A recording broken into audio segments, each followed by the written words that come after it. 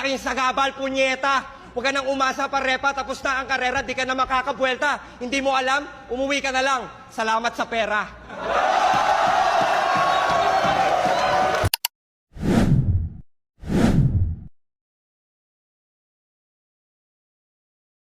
He'd pack up all his things and leave, ignoring what's here in the scene. I mean, loony, mate. You're killing me. It's a symphony, such history. The love and warmth that's in these streets. I mean it, mate. I don't want to leave. I fucking love the Philippines. Whoa.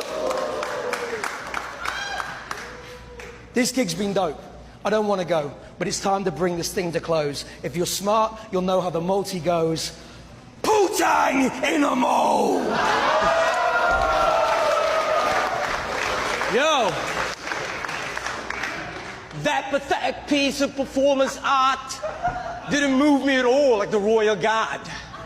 I killed him in 90 seconds like a poisonous dart. I ain't got no problem stalking a Mark. He's like a prostitute in Luneta. Just another walk in the park. It's pretty awkward, eh? I don't know what to say, but I guess standing in front of you makes me want to talk this way. Don't flop all day. That little league's whack. That's why he's here in the Philippines trying to make his mark on the Philippine map with his Mr. Bean swag. I'm the president. The Punisher's bringing the guillotine back. You're about to fade away like that skinny jean fad. This mismatch is a mishap. I'm predicting this will be bad. Kinda like Duterte's middle finger against the British Queen's twat. Now it's pretty obvious that I'm about to body this faggot-ass battle rap hobbyist with Action Bronson tits. You're way past your prime, but still you're an optimist. Stop it, Grist. You're older than a floppy disk. You got beat by definition and a fucking retard. That makes you the perfect definition of a fucking retard. Now I know that nobody in here gets it, and I respect it. But accepting this battle was a big mistake, and he regrets it like Brexit. Now check it. I'm a legend. They refer to me as Alamat. I'm about to crush this ginger and turn him into Salabat. But for my final bars, I have a different battle plan. I will use my Jollibee call center accent so everyone can understand. I'm here to leave a lasting impression on Mark like a cattle brand. Break his heart like a Thunder fan because I'm teacher's enemy, #1. Tagalog or English, I'm flexible like a rubber band. You want to Mortal Kombat with me, Mr. Russell Brand? I'm like Goro with the forearms. I got the upper hand. Now this is something that you cannot extinguish. It's gruesome when I depict this, and you cannot distinguish. Do you know what else rhymes with distinguish? Extinguish? Relinquish? Tsaka pukin ang ina yung mga British na uubusan na ako ng English!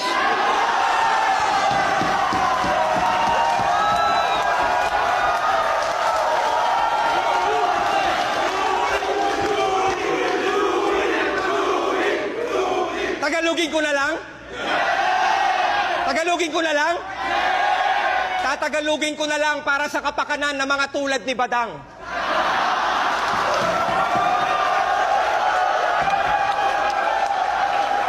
Ikaw, Boy Tisoy, i-google mo na lang. Mas masarap pag Tagalog kasi mas maangas pag rekta. Manakawang ka sana ng mga bag at maleta sa may Araneta at masagasaan ka sana sa kalsada sa EDSA. Ito na ba yung pinadala nilang panlaban sa gera?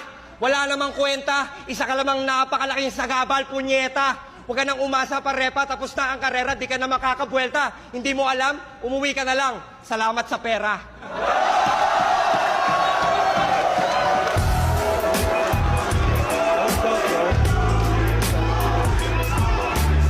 Oh, flip up, make some noise one more time, Mark Russell.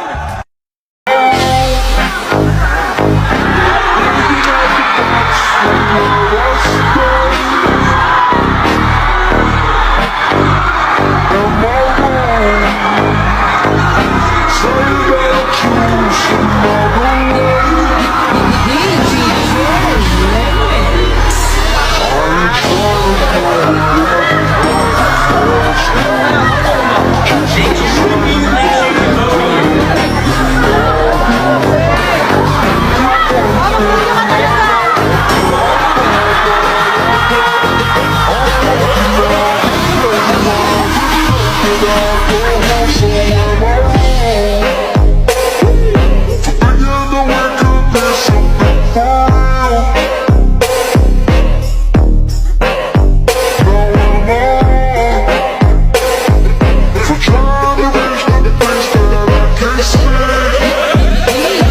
may flag patch ng Pilipinas sa dibdib ang nakitang nakikipaglaban sa panig ng Ukraine laban sa Russia.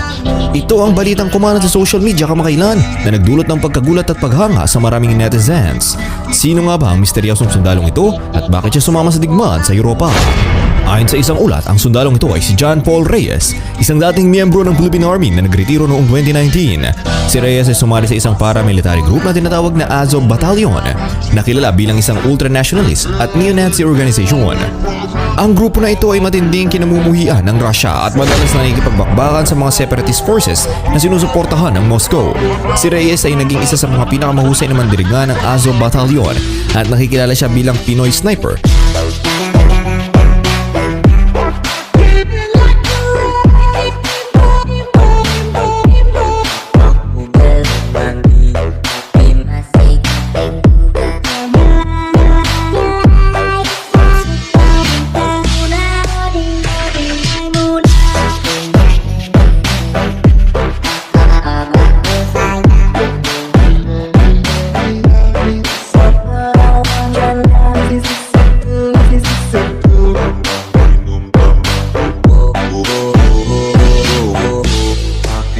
Pilipinong mangingisda ang sinubukan kung hanggang saan at ano ang posibleng gagawin ng China Coast Guard kapag ang bangkang limuto ng mga Pilipino ay nakapasok sa loob ng Baho de Masinloc. Marami sa ating mga kababayan ang ginulat ni Tatay, pero nasa dugo talaga ng mga Pilipino ang tapang, lalo't alam natin na nasa tama tayo at tayo ang siyang may karapatan sa Baho de Masinloc. Isang maliit na bangkang de motor ang Moises 3 sakay ang isang Pilipinong mangingisda ang gumulat sa mga Chinese Coast Guard sakay ng kanilang mga speedboat o rigid hull inflatable boat. Sa unang tingin akala natin aatras na ang Pilipinong mangingisda dahil agad itong sinalubong ng Chinese Coast Guard. Pero si Tatay talagang pinahanga tayong mga Pilipino. Lumiko ito at paspasang pinatakbo ang kanyang bangkang di motor at sinubukan kung hanggang saan kayang makipaghabulan ng Chinese Coast Guard. Dalawang rigid hull inflatable boat ng China ang humabol at humarang sa bangkang di motor ng Pilipinas. Napaka-intense ng habulan at sinubukang gitgitin ng isang speedboat ang bangkang Moises 3, pero makikita natin na lumalaban din sa gitgitan ang bangkang di motor ng Pilipino. Maliksi at matulin ang bangkang di motor ni Tatay dahil sa magaan, maliit at mabilis itong magmaniobra kumpara sa mga rigid hull inflatable boat na gamit ng Chinese Coast Guard. Matapos ang ginawang pagpapatentero ng bangkang Moises 3, agad itong bumalik kung nasaan ang barko ng Bureau of Fisheries and Aquatic Resources, ang MMOV 3004. Ayon kay Tatay, hindi siya natakot, pinagtatawanan at inaasar lang nito ang Chinese Coast Guard. Kay Tatay, salute at mabuhay. Hindi mo kayo natatakot? Hindi ako natatakot.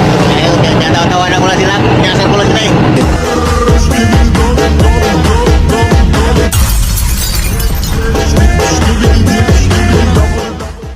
Papuntang Seoul. Ngunit hindi lahat ng sundalo ng Battle of Yulto sa mga libro ng kasaysayan na lang makikita. Dito sa Santiago City sa Isabela, matatagpuan ang isa pa sa mga nananatiling buhay na veterano o survivor na nakipaglaban sa Battle of Yulto.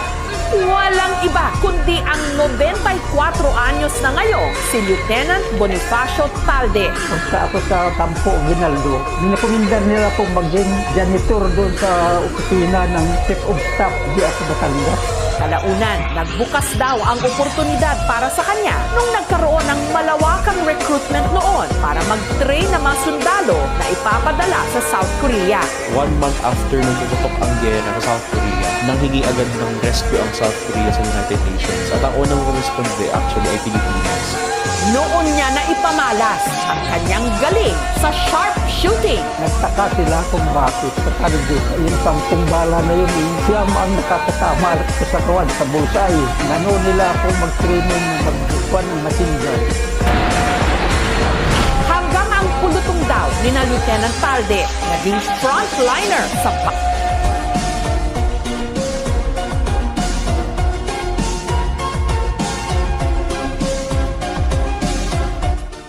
At huwag kayong matakot, sinasabi ko. Pumapunta tayo sa impyerno, marami tayo. At maraming magagandang sa sama pala nakapunta yung magaganda. Kala punta yan sa langit. Yung magaganda nandoon sa impyerno rin.